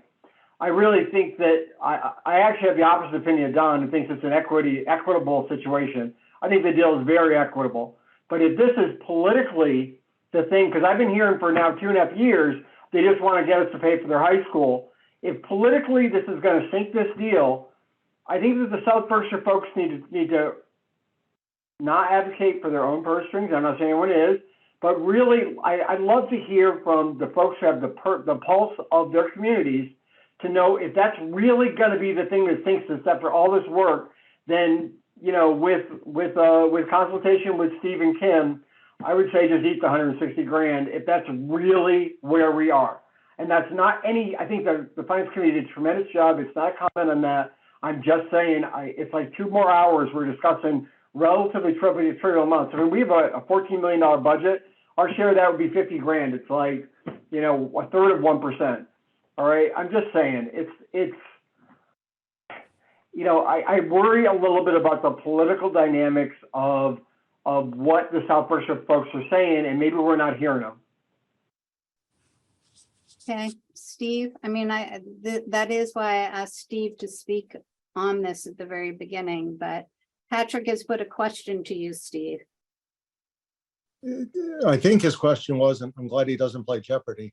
I think putting it in the form of a question was that whether I think this could be detrimental to the vote. Was that the question? That's correct. But boy, you're more detrimental to the vote in Great Barrington. In Great Barrington. I can only speak for Great Barrington. And the answer is I do think that is possible. What about the other towns? Yeah, can't speak for the other towns. Well, I think we did hear from Marie Ryan on that question. Marie, do you want to jump in? Yeah, I definitely think, like I said, I think they're already going to be questioning the way we came up with the best option for everybody, and to change it to go back even more, I don't think I'm worried about it. I don't think it'll pass. Okay. Okay, Nadine? So I would just like to sort of close this out by saying, now that you've seen how we got to the operational numbers with the safety valve, you can see that some of the conversation that our finance subcommittee had was that it appears with that safety valve that the Berkshire Hills towns, for lack of a better word, are carrying the Southern Berkshire towns. We were trying to get to a point where there was no shock increase to anybody's budget. much like we did with the Southern Berkshire uh, 5-year rolling average a couple of years ago. So the concession for that adjustment was for us in Southern Berkshire to contribute a bit more to the capital project, since it is the building that our children are going to go to school in. So I'm going to ask and tell you that I am going to vote no on Don's proposal. Okay, are we ready to move forward with a vote on Don's motion? Okay, let's do it. Is everyone clear on what the motion is? No? Could you repeat it, Lucy? Repeat it, please. Okay. So Don's motion is to adopt the recommendation of the Finance Subcommittee on capital costs for high school, capital costs for other projects, and operating costs with one change. And that is that the 90-10 does not shift over time on the new high school beginning in 2033, 1% each year. It stays at 90-10. There's no increase by 1% to get to that 85-15 split, either for the new high school or for capital projects in Egremont or New Marlboro on those schools. If there were a capital project in the future, it would still be that 90-10 split. It wouldn't shift to 15% Berkshire Hills, 85% Southern Berkshire. So we just get rid of that shift that kicks in 2033 of that 1% a year over 5 years. That's the motion. So if you vote in favor, you're getting rid of that 1% shift every year for 5 years that is in the Finance Subcommittee recommendation. So Lucy, can I ask, I'm just slightly confused, but I'm trying to figure this out. So in the 90-10 that currently Don has, that's what he wants. The 85-15 is for both capital expenses and operating? No, just no. capital. Just capital. Just capital. On Okay. the new high school, on two discrete projects. Right. One is the new high school. Right. And the other would be any capital project during the term of the bond on the new high school that requires debt to be incurred for improvements to either New Marlboro or Egremont schools. Just limited to those two things. Okay, new high. So if you like the Finance Subcommittee recommendation as is, you vote against this. If you want to tweak the Finance Subcommittee recommendation to get rid of that 1% shift over that 5-year period, then you vote in favor of Don's motion. If you don't like the Finance Subcommittee recommendation at all, right, you vote against the motion, because the motion is proposing adoption of the Finance Subcommittee recommendation with that one change, getting rid of the additional 5%, both for the new high school and for capital projects on the Egremont and New Marlboro schools, if there were capital projects during that time period. People clear? I think so. Okay. The more we talk, the less clear it gets. So maybe I just better stop now and you know, I think I know what. Okay, Bonnie, do you have a question about the motion? Not discussion, but a question about the motion?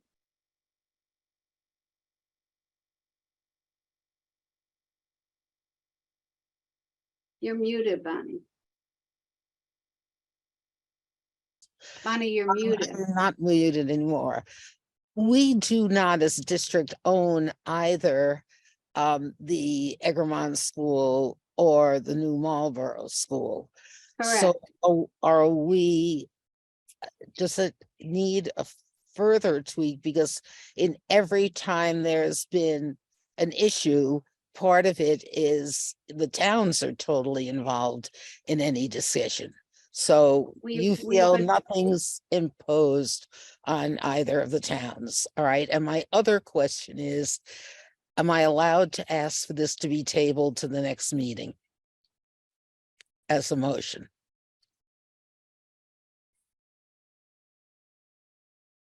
I guess you can make a motion to table. I'd like to make a motion to table this. Okay, is there a second to the motion to table? I'll second it.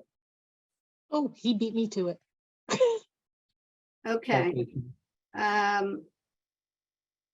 Any discussion on the motion to table? I don't even know, Steve, you can help me out here if that's a motion that can be debated. Lucy, when a motion's made to table, it's my understanding that there's no discussion. Good. Correct. Thank you. Yeah, that is correct. You delivered me from No, a I bad believe that's dream. inaccurate. Excuse me, Peter. Okay. I do not believe that is accurate according to Robert's rules. I I Steve do Bannon, do you I- have I a do- view on that?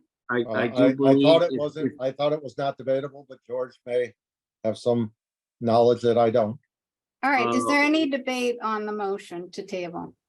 I believe a motion to call the question supersedes that motion.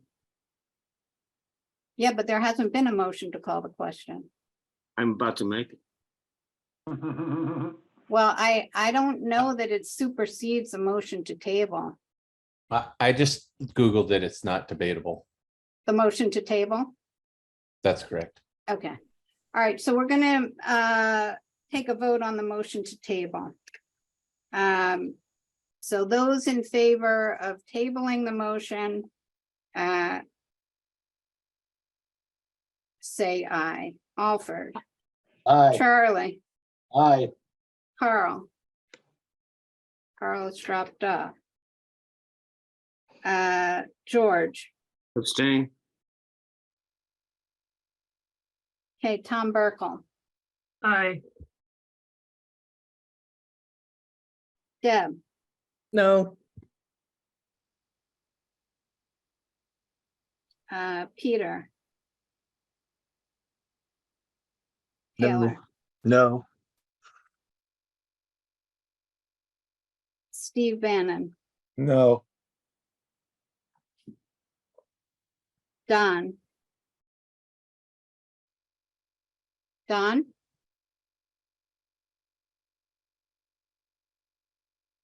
Don, you need to unmute.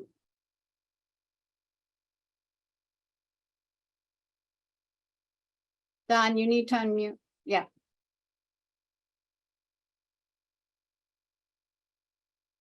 My vote is no. No, okay. Kim. Yes. John is off the call. Susan Smith. No. Tara. No. Bonnie. Aye.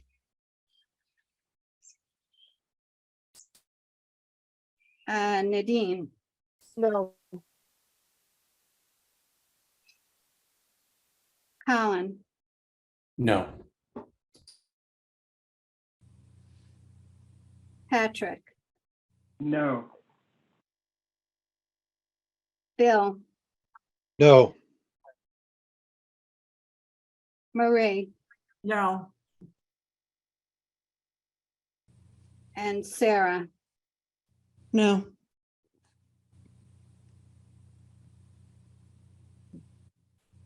Peter Taylor, did I get you? yes, I voted no.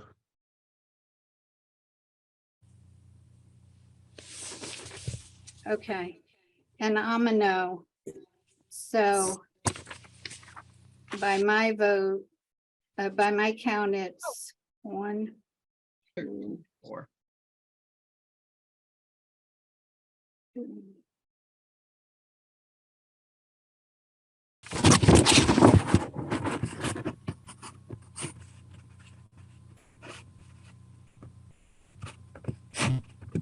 Five in favor.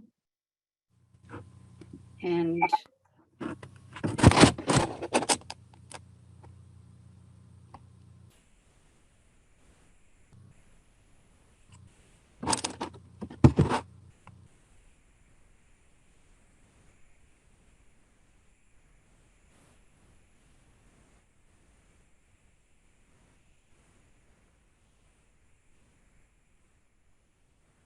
thirteen against. Hey, Lucy, Yeah, it's Frank. Once somebody makes that motion to table, there is no vote. I just looked it up. That's it. It moves on to the next. There's nothing you can do. It's tabled. That's US Congress, not Robert's rules. No, I looked it up for town meetings and they use Robert's rules, so. No, town meetings use town meeting times and that is not correct. no, that There is a couldn't be vote. correct. That couldn't be correct. Oh, Russell, you're on? Yeah, I was just gonna say it's Robert's rules. It would require a majority vote. It's 2/3 to kill it, majority vote to table to the next meeting. Yeah, so the motion was not tabled. So we're gonna vote on the motion.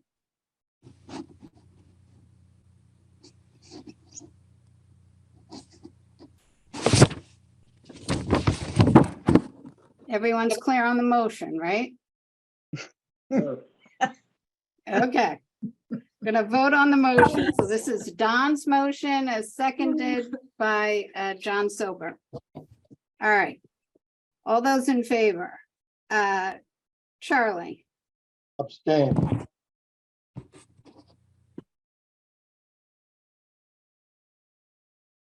Carl's not on, right? George, Abstain. Tom Burkle is off, right? No, and it's no. Oh, you're on. Thank you, Tom. So you're voting no on the motion. Okay. Deb, No. Peter. Peter Taylor, I voted no. you voted no, but Yeah. Okay. Voted no. okay, thank you. Steve Bannon, No, Don, Yes. Kim, No.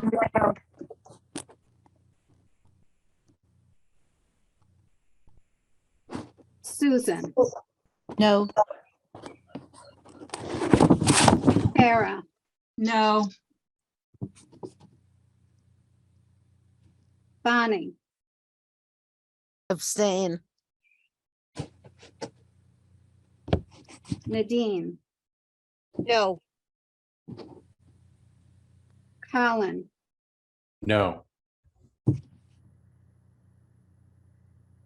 Patrick, No. Bill, no, Marie, No. Sarah, No.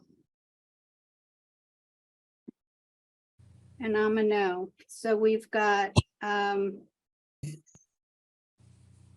14-1 with 3 abstentions. thank you.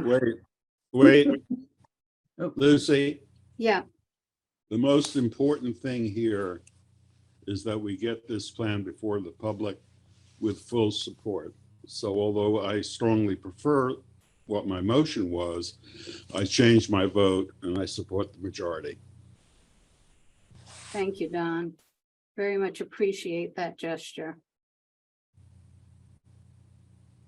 Can't tell you how much I appreciate that gesture.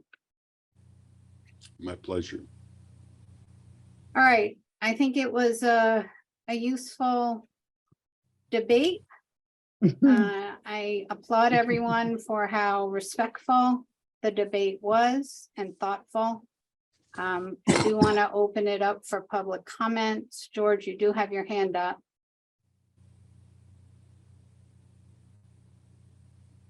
Okay. So we're going to go, before we go for public comments, I just want to say that we are going to get back together on June, what is it, Jake? 6th? Yep. And I hope that we'll be able to take a vote on the finance subcommittee recommendation at that meeting. And if it is adopted, we will then draft language that reflects that recommendation and present it in a new draft of the regional agreement. So we are going to need another meeting in June. We absolutely are going to need another meeting in June. Lucy, can't we extend this meeting by a few minutes and vote positively on the question of accepting the Finance Committee?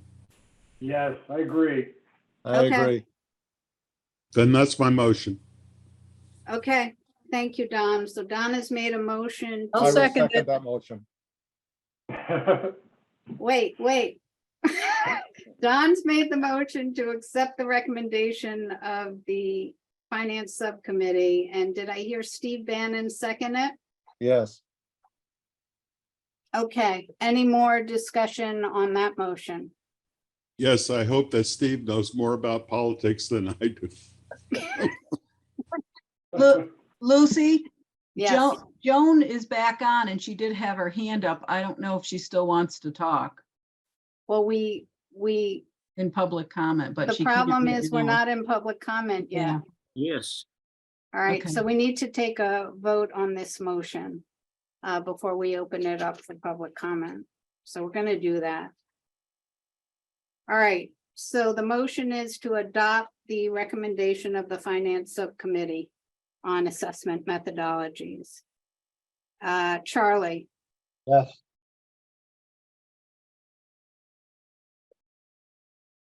George, Unfortunately, Lucy, I had more clarity before this positive discussion than I currently have. So I will continue to abstain. okay.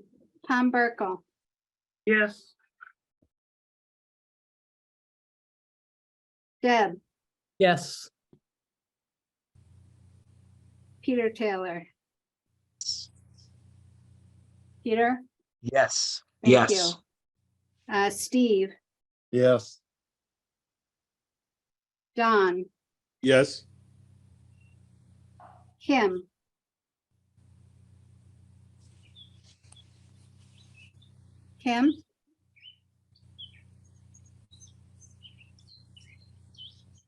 Kim, we Wait. can't hear your vote. Okay, no, there we go. Did I get that? Yeah. Thank you. Susan, Yes. Tara, Yes. Bonnie, No. Nadine.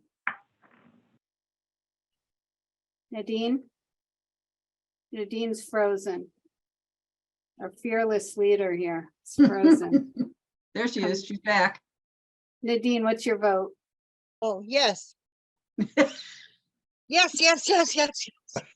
Colin, Yes. Patrick, Yes. Bill, Yes. Marie, Yes. Sarah, Yes. and I'm a yes. So the motion carries. Yep. Thank you all.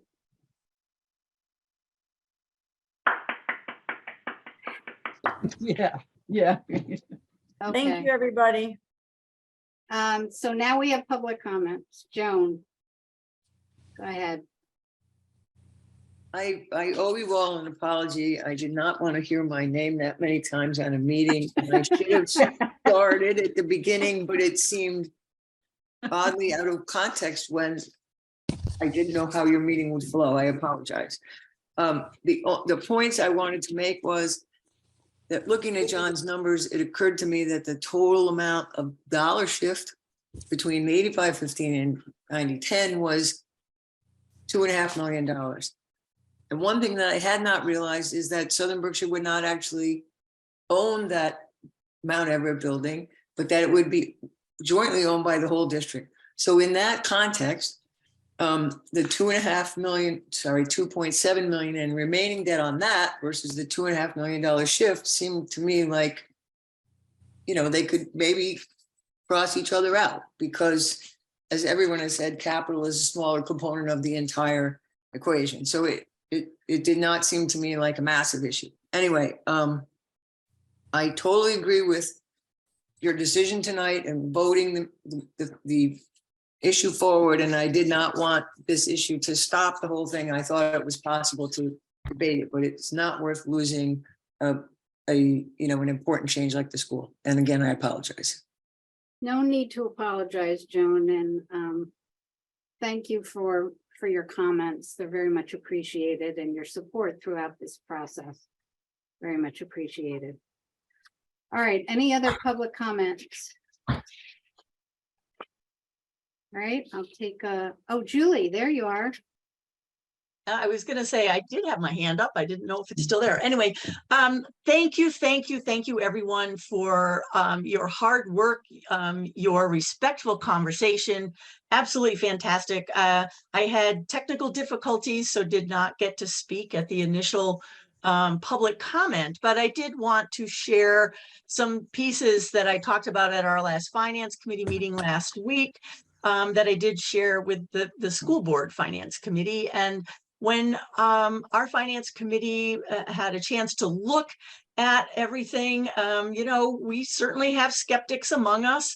And the skeptics asked tons of questions. And at the end of our Finance Committee meeting was just in awe of the work that had been done on this project, the fact that people are still talking to one another and are still friends despite votes, and the fact that we got through this. I just offer my kudos. I am so excited that this piece of the project is complete. So thank you all for everything you've done. And thank you, Nadine, for your leadership on that Finance Committee, because I don't think I'd have been quite so cool, but you did an awesome job. And Matt and Jake and Lucy, we're in awe of the great work that you did. Thank you. Thank you, Julie. And I want to second the congratulations to Nadine, who has been extraordinary during this process. And Nadine, I think probably only you could have chaired that subcommittee through this very difficult discussion. So thank you and congratulations. Well, I thank you all for the praise, but honestly, it was the work of the many. And, I just said to somebody the other day, the goal of the work is to do what's best for everyone. And I mean all 8 communities. And that's what this finance subcommittee did. We all compromised so that this project could go forward for the kids. Okay, great job, everyone. I'll take a motion to adjourn. Lucy, can I Yes. I gotta stop you just one second. Do we close out the meeting schedule because we had sort of introduced this idea? With this vote now having been taken, the next vote the board will take is on the full agreement. I'm not 100% confident that we'll be able to do that next week, though. Well, because- there are other things that need to be addressed, Jake, in the regional agreement. So I still think we're going to need 2 meetings. Okay. So I don't want to lose the June 6th date. Right. And then there'll be a doodle poll going out for another meeting in June, so that we can have that final vote on the regional agreement. Thank you. So do we need a finance subcommittee meeting on Friday? I don't feel that we do. No. No, Okay, so we can all take that off our calendar. all right. Any other things that need to be addressed before we adjourn tonight? Okay, I'll entertain a motion to adjourn.